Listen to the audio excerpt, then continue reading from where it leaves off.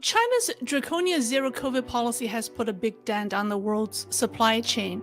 And one such example is the recent Foxconn meltdown at the Apple's largest iPhone factory in Zhengzhou. And people are eager for the regime to scrap the policy. Today, we'll talk about the circumstances in which Xi Jinping will consider ending the policy. In Xi Jinping's mind, zero COVID is a good policy that worked for China in the early stage of the pandemic. The reason it's causing much public resentment is that, in his mind, local officials aren't carrying it out correctly. He won't admit the policy was wrong. Politically, he cannot afford to admit it.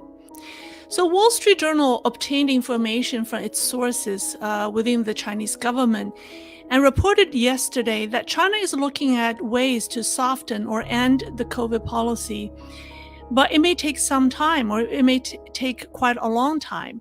The Wall Street Journal article is devoted to a technical discussion of China's public health policy change, and it's coming from a Western perspective. But Xi Jinping's decision will be a political one. So I think there are three scenarios that will make Xi Jinping consider ending zero COVID. Yeah, the first one is when China's opponent, the United States, succumb to a public health, economic, or political crisis. The reason why I say that is if you analyze Xi Jinping's policies during the pandemic, they have been going in the opposite direction as that of the United States.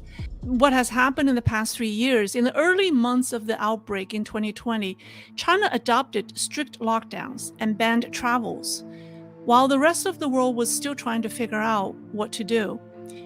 And when other countries adopted lockdowns and suffered an economic downtime, China declared victory over COVID and reopened. Its economic and industrial production were quickly back on track. After the West gradually opened up and relaxed its COVID policies, China went the opposite direction, as we saw how major cities such as Shanghai, Xi'an, and Shenzhen went into lockdown mode.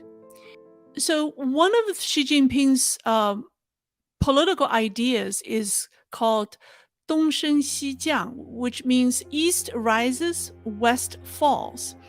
So in his mind, he likes to do things differently from what the United States do.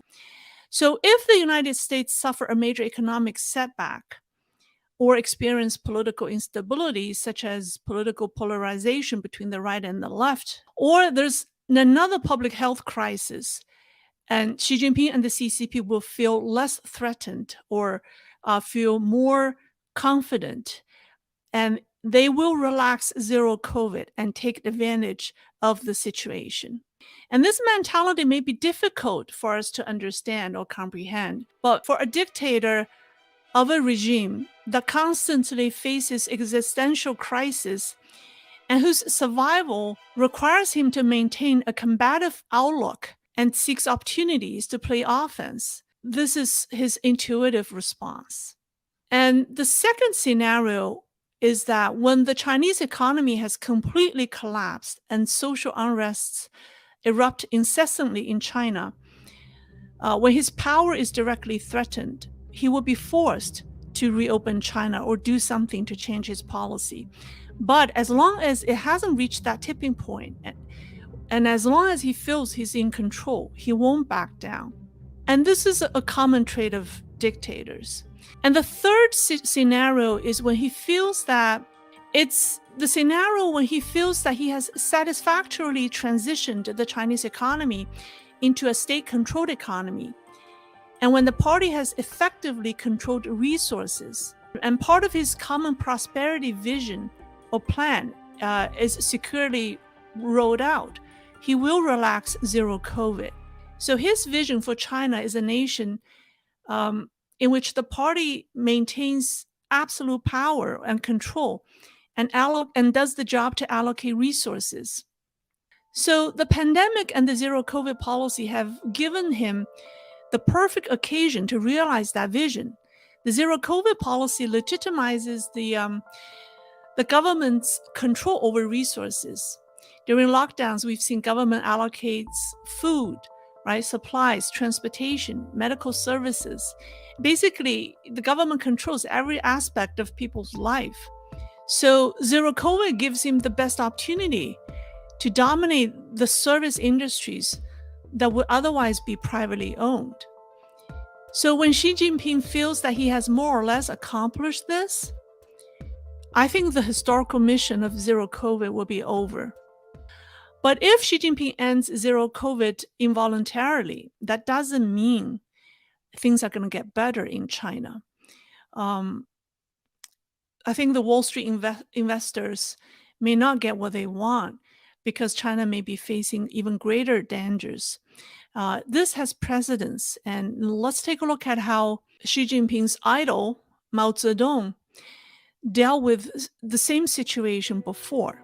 In 1962, after the CCP's leadership eased Mao Zedong's Great Leap Forward movement, which was disastrous, and it caused tens of millions of people's death during the Great Famine, Mao was forced to step away from being involved in China's economic affairs. But Chairman Mao wasn't going to sit idle and do nothing. He launched the Sino-India War. The Chinese PLA, or People's Liberation Army, forcefully attacked India across the disputed boundaries on October 20th, 1962. That's 4 days after the Cuban Missile Crisis erupted. Mao Zedong chose the height of missile crisis as the moment of attack. But the quick resolution in Cuba allowed Washington to respond to India's request for help. On November 20th, 1962, so less than a month later, on the day that's recognized as the end of the Cuban Missile Crisis, China announced a unilateral ceasefire and soon withdrew from most of the areas in India.